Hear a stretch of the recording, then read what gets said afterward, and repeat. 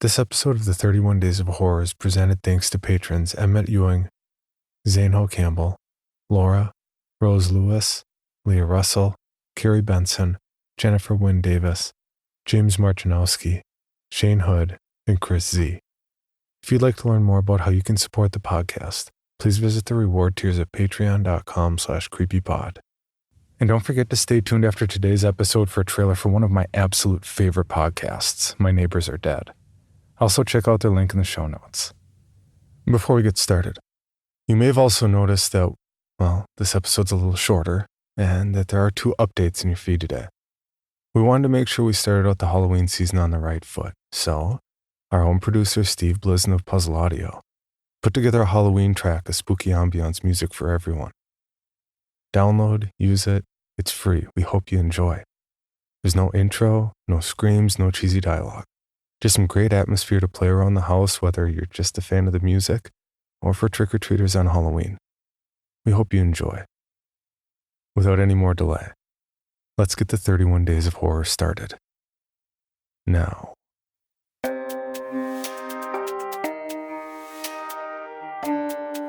This is Creepy, a podcast dedicated to sharing the most famous, chilling, and disturbing creepypastas and urban legends in the world. Whether these stories truly happened or are simply fabrications is for you to decide. These stories may contain graphic depictions of violence and explicit language.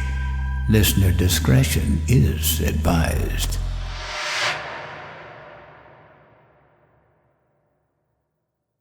Creepy presents The 31 Days of Horror, Day 1, Tales from the Gas Station, Part 1, credited to Gas Station Jack. At the edge of our town, there's a shitty gas station that's open 24 hours a day, 7 days a week. If you were to go inside, you'd see row after row of off-brand chips, cookies, potted meats, and pickled curiosities. Expiration dates suspiciously missing from the canned goods like they were filed off years ago in some misguided attempt to control inventory turnover. A faded wet floor sign from way back covers a large crack in the foundation by the cooler where layers of sticky spell-off have formed a miniature tar pit, preserving countless insect corpses and the occasional small rodent. Nobody ever complains about the aesthetic. By some providence bordering on the supernatural, the health inspectors repeatedly signed off on the business, always kindly ignoring the faint smell of some kind of mysterious chemical cocktail that is the defining characteristic of the establishment. More noticeable than the steady mechanical hum of the frozen drink machine that was installed in the 70s, never once serviced. More distracting than the random pockets of cold and warm air that seem to follow you around. And more annoying than the family of mutated raccoons that lives in the crawl space behind the grease trap. We think they're mutated anyway. At the very least, they must be inbred to the point of genetic deformity and mental retardation. The alpha, a muscular 3-foot-tall son of a bitch named Rocco, has been spotted multiple times chewing on people's tires and has been run over at least twice, but keeps coming back. That lingering smell, a sweet combination of honeysuckle, ammonia, and vomit, has never been positively identified. But the prevalent theory is that it's coming from underground, wafting up through the thin fissures in the concrete that grow and spread with each year of architectural settling. It's strongest right after a rain, and pungent to the point of tear-inducing if you get too close to the storm drain where even Rocco and his clan refuse to tread. If you were to go inside, you might see the bathroom cowboy. He's sort of an urban legend around here, only ever appearing when you're alone and unsuspecting. What makes him truly legendary are the stories people tell after an alleged encounter. The accounts run the gamut from pretty weird to impossibly bizarre. Like the guy last month who went for a pee but changed his mind when he saw him standing next to the urinal wearing a duster, bandana, boots, and chaps, handing out balloon animals.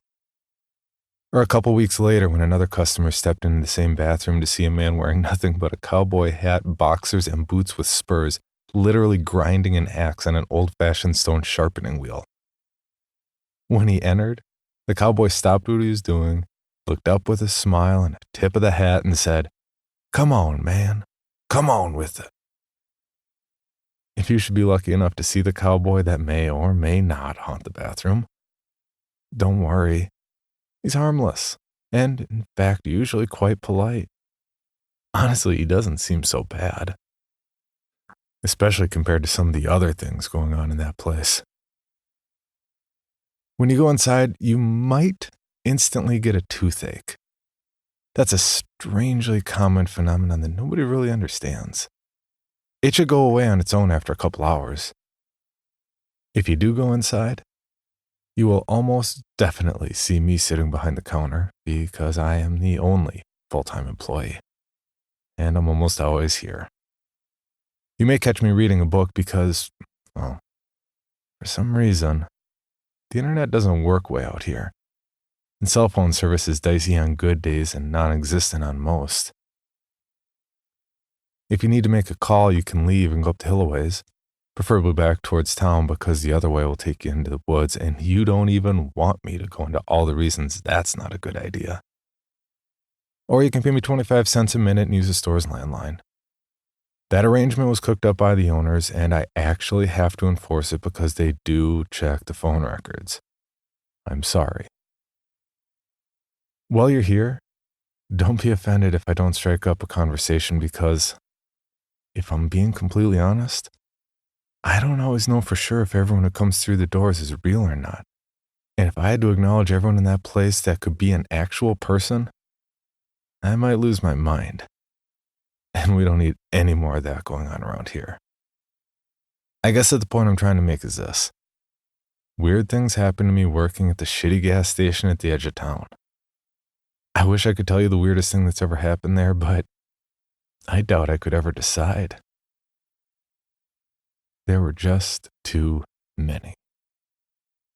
I've seen a total of 4 coffins inside the store on 3 different occasions. I've met at least a dozen people wandering back into town from the woods, claiming they had escaped aliens or government conspirators or the like, and they had no money but needed to make a call, and could I just let them please use our store phone before they find them again? But rules are rules, and I'm not inclined to lose my job just because you didn't escape captivity with a little pocket change. And then, of course, there was Farmer Brown. Yeah, that's his real name, who got mad at us and complained about the bulk feed we've been ordering for him. He insisted something was wrong with the product because, as he put it, all of his animals suddenly had human faces. We settled with him by charging a significant discount on his next couple purchases. He stopped coming in not long after, and they found what was left of his body inside a bedroom at his farmhouse that had been locked from the inside. As far as I know, they still haven't figured that one out. Anyway, I guess I can come back and tell a story or two. But first I need to get ready for work.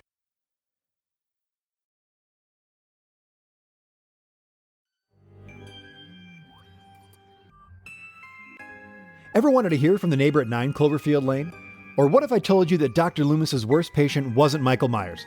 I'm Adam Peacock, host of the podcast My Neighbors Are Dead. Join me each week as I talk to the lesser-known characters from your favorite horror films. Each week is an all-new, fully improvised journey into the unknown featuring friends and luminaries from the worlds of comedy, horror, and beyond.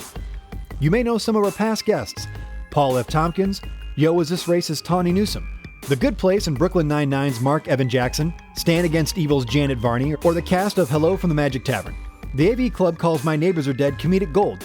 Dread Central says it's the best horror podcast you're not listening to, and Rue Morgue says the show is exactly the comedic palate cleanser we need heading into 2018. Check us out weekly at www.myneighborsaredead.com or wherever you find your podcasts.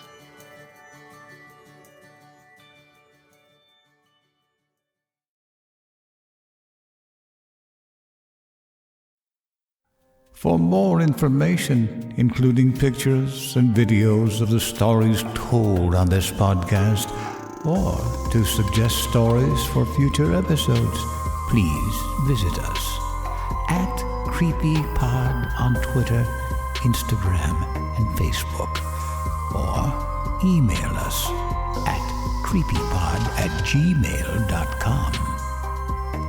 All stories told on this podcast can be found at creepypastawikia.com and are protected by a Creative Commons license. Some rights reserved unless otherwise stated.